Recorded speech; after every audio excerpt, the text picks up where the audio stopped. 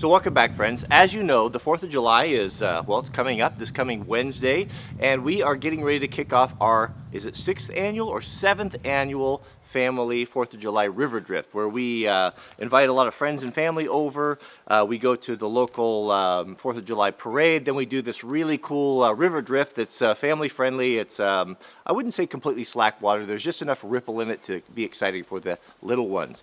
But speaking of little ones, since we have a little one this year, that poses us with a bit of a problem. We have traditionally done it on inner tubes, and that's just not going to be suitable for baby D. So I have a solution, and that is a boat in a bag.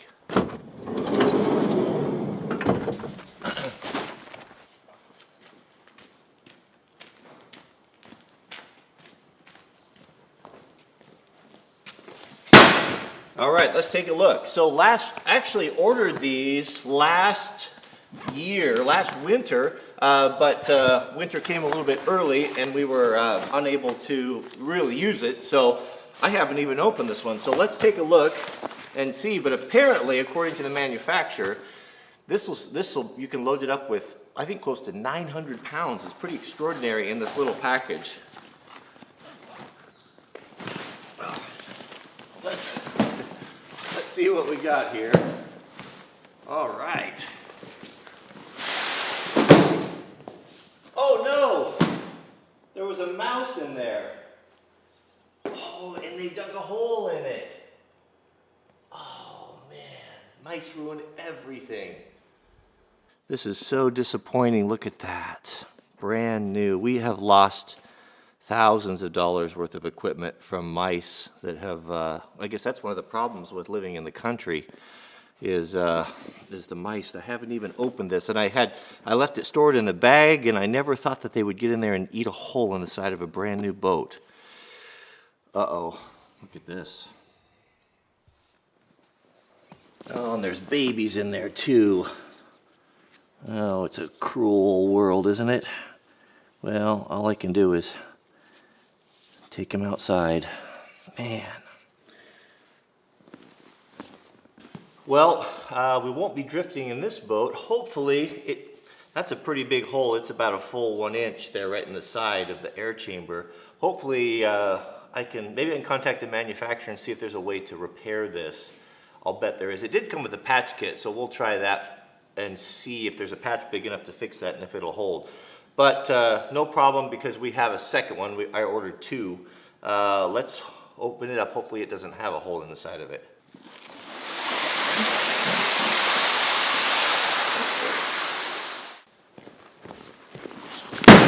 Man, I just don't know what the solution is to protect things from these mice. They get into everything. I'm gonna have to reevaluate some things. We might have to have a mouse-proof gear room, because this is just not a good deal.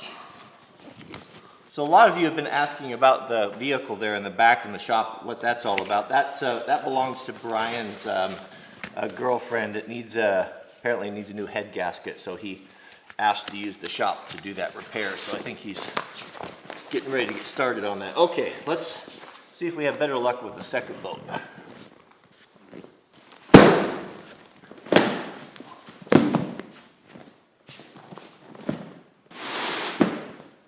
Okay, so you guessed it, it is a canoe, and these are really high quality. They have great reviews. The first time I saw one of these, actually, I believe was on Nut and Fancy's channel. He did a river run with one of these, and I thought, man, what a great solution that is, because I have had canoes in the past. We actually got one when Jack was little, because we were looking for something that we could take out and do together. It's hard to find activities to do with little kids sometimes. And we bought a hard-sided canoe, and it was fun and all, but it was really a pain. It's hard to carry it around, and with the adventure van, yeah, I could put a rack on the top and put it up there, but you're taking your life into your hands climbing up there. I mean, what is it, 12 feet up to the top of that? Is there 10 feet? It's way up there, and it just becomes kind of a burden. So I was looking for something that I could put in a bag that we could stuff under the bed and have access to a boat, because we have so many beautiful lakes and waterways around here. So this was a solution. So let's air it up and see how it looks, see if it's got any holes in it. And in case you're curious, this is made by Sea Eagle, and it's a really well built. I can tell right here, it's got nice valves. It's got a 3-chamber, super stable canoe that you can put 3 people in. So let's put some air in it. So this is the compressor. When I opted for this, you can get the hand pump, and you can get or you could get the compressor. And I've had the hand pumps before, and that, boy, that's a lot of work. So I was hoping that the compressor was decent. Actually, it's pretty nice. So there's the rubber hose. Oh, so this is cool. So this has got a nice long lead that you can snap onto your car battery. I've got a battery here next to it. I think it's got a charge on it, hopefully. Let's see here. We'll put this on. It should be, so it's even got plugs right there. What I might do is, this turns out to be a good pump. You know, maybe that's something that we could like build into the van, into a cabinet, and hardwire it into the van. So this snaps on here. It actually looks like a pretty decent compressor. Rubber feet on it. Some of these are really chintzy, but the question is how quickly is it going to inflate? So there's a label inside the canoe that says it needs to be set to 10 pounds. So this is kind of clever here. So I can, looks like we can preset the compressor, and hopefully it shuts off at that pressure. So either it doesn't work or the battery's dead. Let me check the battery. So indeed the battery was dead. We'll just hook it up here to the battery charger, and we'll give it, how about 10 amps? Now let's try it. Ooh, there we go, that thing really tears. So it seems to me we'll start with the bottom. These are safety valves, so if with the spring on there, you push in and turn to lock.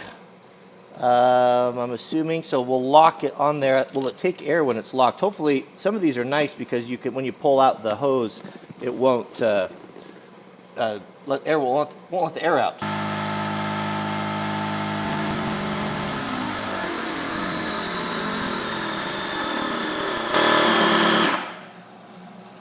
Two minutes and 15 seconds. Okay. Oh yeah, there we go. That's nice. Okay, so it doesn't hold the air. So to let the air out, we can press on that spring. And then this locks that in, preventing accidental deflation. All right, let's try this side here.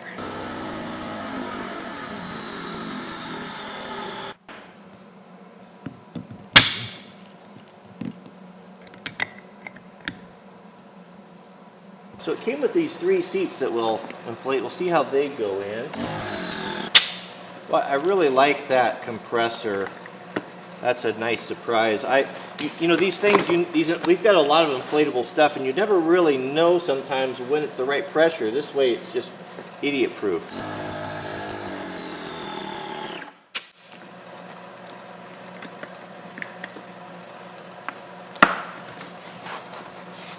All right, here's the cushion. So believe it or not, I actually read the instructions. I know, there's a first for everything. And it looks like you take the cushion here, right? Place it where you want it. You want to sit on that strap there.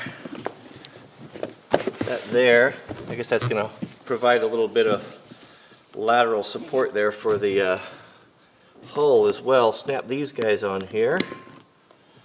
So far, so good. You know, it actually, everything looks pretty well put together. Looks actually really nice. It's super rigid, which is kind of surprising for a canoe. Okay, so then you can, there we have a seat, fully adjustable with a back there. Let's see how it feels. Okay, so we can set this up for, there's 3 of these little seats, so we could set it up for 3 people. I've got it set up for 1. Of course, when you're a solo canoeist, you sit in the back, but that feels pretty good. The cushion's a little bit stiff. I might take a little bit of air out of there, but the back feels really good.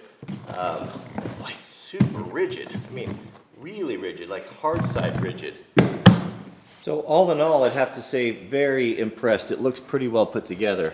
We've got a hard plastic kind of bumpers there on the bow and the stern. This should be super stable as far as canoes go. It's essentially a stand-up paddleboard with 2 sides on it. Handles is pretty light. I think it said about 65 pounds. One thing that's kind of interesting is it came with this is it a skeg? I believe a skeg for tracking. Let's flip it over, see what that's all about. That might be kind of nice in a windy area. I also noticed here that I didn't realize there's 2 drain plugs, or 4. There's 2 on each side. I thought they were maybe self-bailing deals, but I don't think so. I think it's this is the back of the canoe, and if it got rain in, you could open those probably outside. You probably wouldn't want those open while you're paddling away, but let's flip it over and check out the skeg deal. The problem with a lot of these inflatable deals is they're too squishy in the middle. They tend to fold with weight, but this is rigid. Did I 65? I think 65 pounds or so. So manageable by just about anybody. Okay.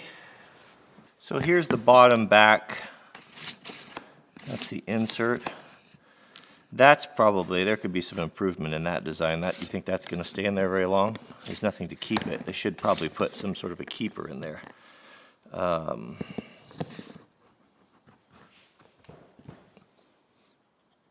Oh, do you use this for the keeper? I don't think that, no, you wouldn't be able to use that in there, would you? Oh, it's tapered. It's got a tapered deal in there so it fits tight. Yeah, huh, I don't know. They should have a keeper in there for that. This is tethered. So you push the skeg in, and then we've got a wedge lock. Oh, it's got a snap on it too, so that won't come out. That's good, actually that's pretty good. This would be really nice. Last year, remember when Jack and I went fishing, we were in that little tiny raft that my dad got him. It was windy, it blew us all around, we were having a heck of a time. This would be really nice. This will help it to track straight, especially when you're paddling to troll. That's kind of cool. I didn't realize that it was gonna have that. I like that feature. That's pretty nice, and it's not a cheesy inflatable one. It's actually a real one. This here should have been retained though. So there's only one test, final test, and we have to see if it is Sweet Loaf approved. If it passes that test, I think it's going to be a win. So I'll do a little research on patching that. I'll do another video on it, see if I can get that thing fixed. I'm sure we'll figure something out. There's a lot of whitewater rafting companies around here. If I get stuck, they can probably help me. But we'll take it out of the water and try it out with the family and see how it works. But it looks really, really good so far. Mrs. W's in the background here. Oh man, I told everyone we had to check and see if it was going to be Sweet Loaf approved with her new life jacket on. Are you ready? Can you hold this open for me? Okay, here we go. Are you ready? You look a little... She looks a little stiff. You look a little stiff. I think Papa will probably be holding the baby there. What do you think? Is that going to work for you? Are you ready for some boating action? Are you? That looks a little bit, that's a lot of flotation in that thing. Maybe we'll take that off. How about we take that off? Come on, watch your hand, watch your hand. Can you sit up?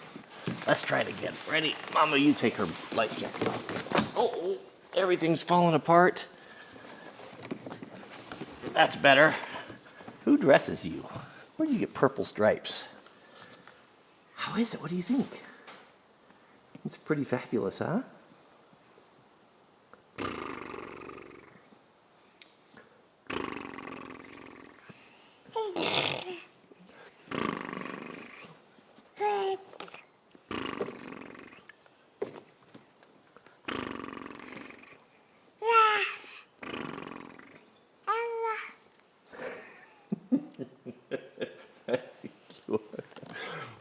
The sweetest thing I've ever seen.